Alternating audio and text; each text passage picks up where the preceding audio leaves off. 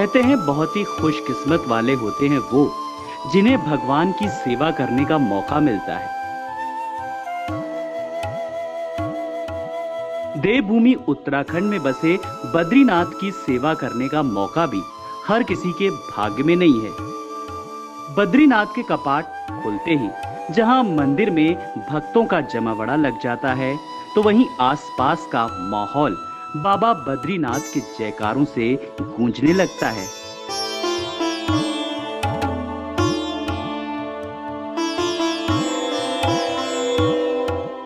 अक्टूबर के महीने में एनएमएफ न्यूज की टीम बद्री विशाल के दर्शनों के लिए बद्री धाम पहुंची।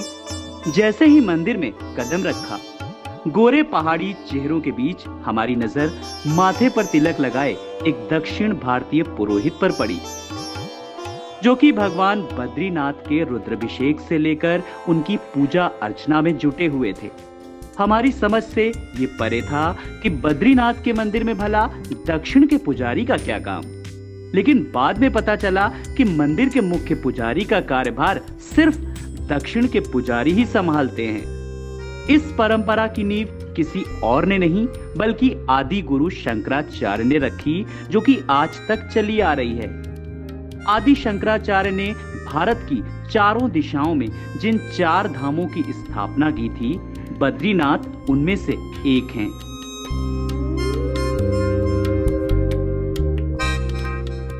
शंकराचार्य खुद केरल के कालड़ी गांव से आते हैं। ऐसे में भगवान बद्री की सेवा करने वाले पुजारी को उनका वंशज माना जाता है। दुनिया इन्हें रावल के नाम से जानती है। स्थानीय लोगों से पता चला कि मंदिर में जहां बद्रीनाथ की पूजा रावल करते हैं, तो वहीं डिमरी समुदाय के ब्राह्मण उनकी पूजा में मदद करते हैं। रावल के बारे में जानने की जिज्ञासा हमारी बढ़ती गई, जिसके चलते हमने मंदिर के रावल वी.के. स्वन नंबूदरी से मिलने का फैसला लिया। ऐसा है, हमारा गुरुजी जगत गुरु आदि शंकराचार्य जी ने भगवान बद्री विशाल जी की मूर्ति का पुनः प्रतिष्ठा कराया।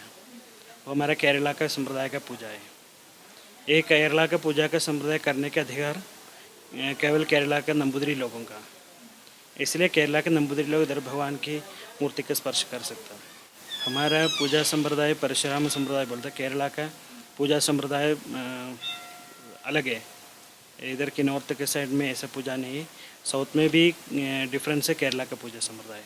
रावल की हमारा भाषा में अवरोध बोलते हैं, मतलब भगवान की पूजा करने के लिए अधिकारी बनाता है। वो कलशाभिषेक होता, उसके बाद में भगवान की गर्भगृह के अंदर जा सकता, भगवान की मूर्ति का स्पर्श कर सकता, नहीं तो किसी को नहीं कर सकता। ऐसा इधर ही भगवान की इच्छा कब तक है, कब तक इधर रावल की गद्दी में बैठ सकता। बाद में हम लोग इधर से छोड़ के गाँव जाके गाँव का अपना पूजा स्थान में बैठते हैं।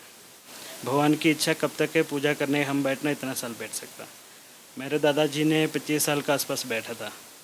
पिताजी के चाचा जी है, सीवीजी नंबूदरी है, वो 25 साल के आसपास इधर ही रावल जी की गद्दी में बैठा। मेरे चाचा जी 3-4 साल इधर रावल जी की गद्दी में बैठा। ऐसे केरला के नंबूदरी लोग आएगा भी पूजा कर सकता। इधर आने लोग साधना करने के लिए, ये मोक्ष की धाम है। मोक्ष की धाम में आके भगवान की साधना करने के लिए भूमि है। और पितृ लोगों मृत्यु हो गए लोगों के लिए मोक्ष के लिए पिंड प्रदान कर सकता। भगवान की बद्री विशाल जी के नाम से पूजा कर सकता। केवल पितृ लोगों के नाम से पूजा कर सकता बद्रिकाश्रम में, और कोई जगह में नहीं। हमारा पूजा शुरू होता भी सीजन टाइम, मतलब मई जून में हम लोग 3 बजे उठते, 4 बजे से पूजा शुरू होता। 4 बजे मंदिर जाएगा तो 8 बजे तक पूजा, भगवान के अभिषेक पूजा होता। अभिषेक के बाद में भगवान के बाल भोग लगता है भगवान को। वो पूजा के बाद दिन में 11:30 बजे के आसपास राजभोग है। फिर शाम को भगवान की आरती, फिर रात को 12 बजे 1 बजे तक शयन आरती हो जाएगा सीजन के टाइम में। इसी समय पर अभी भगवान के अभिषेक पूजा 5 बजे शुरू होता, 8 बजे 8:30 बजे तक महाअभिषेक पूजा चलता। बाद में बाल भोग भगवान के पूजा होता। बाद में 11:30 बजे के आसपास राजभोग, फिर रात को 8 बजे आसपास शयन आरती भी हो जाएगा। ऐसा अभी तक किसी को नहीं होगा भगवान की कृपा से। कारण इधर ही सारा चलता भगवान की इच्छा से। इसलिए अभी तक नहीं होगा ऐसा। अभी तक शंकराचार्य जी कब से इधर प्रतिष्ठा कराया, उसी समय से केरला के नंबूदिरी लोग केवल इधर ही पूजा कराए, और कोई भी इधर ही अभी तक भगवान की मूर्ति के छुआ नहीं, भगवान की पूजा भी नहीं कराए इधर। भगवान की पुजारी होकर एक ही आदमी और रावल जी है, और कोई भी भगवान की पुजारी नहीं होते इधर।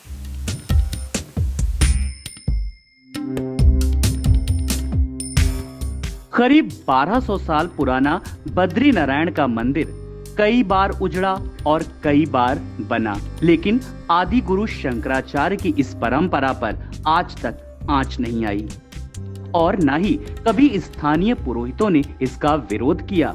और शायद यही वजह है कि आज पहाड़ों में रावल को भगवान की तरह पूजा जाता है।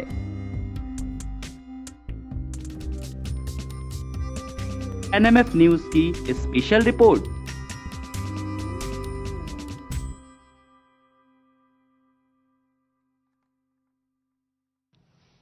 नमस्ते, नमस्ते मेरे प्यारे देशवासियों। कोरोना वैश्विक महामारी के खिलाफ भारत की लड़ाई बहुत मजबूती के साथ आगे बढ़ रही है। आप सभी देशवासियों की तपस्या,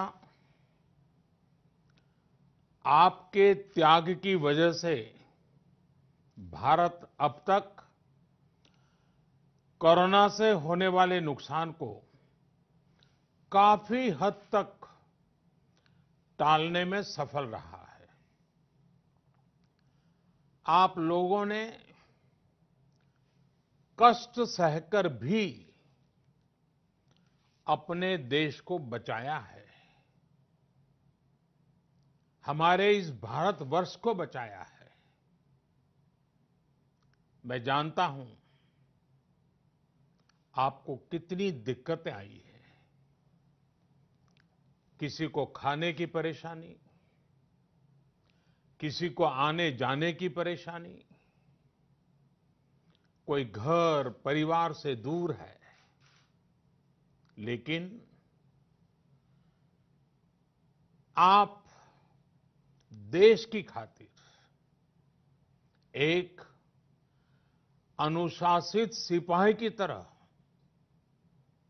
अपने कर्तव्य निभा रहे हैं।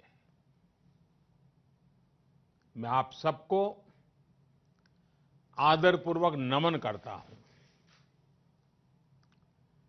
हमारे संविधान में जिस we the people of India, we the people of India की शक्ति की बात कही गई है, यही तो है वो। बाबा साहब डॉक्टर भीमराव अंबेडकर जी की जन्म जयंती पर हम भारत के लोगों की तरफ से अपनी सामूहिक शक्ति का ये प्रदर्शन, ये संकल्प बाबा साहब को सच्ची श्रद्धांजलि है। बाबा साहब का जीवन हमें हर चुनौती को अपनी संकल्प शक्ति और परिश्रम के बलबूते पर पार करने की निरंतर प्रेरणा देता है। मैं सभी देशवासियों की तरफ से बाबा साहब को नमन करता हूं। साथियों, ये देश के अलग अलग हिस्सों में अलग अलग त्योहारों का भी समय है, और वैसे भी भारत तो उत्सवों से भरा रहता है, उत्सवों से हरा रहता है, उत्सवों के बीच खिलखिलाता रहता है। बैसाखी, पोहेला बैशाख, पुथांडू, बोहाग बिहू, बिशु के साथ अनेक राज्यों में नए वर्ष की शुरुआत हुई है। लॉकडाउन के इन बंधनों के बीच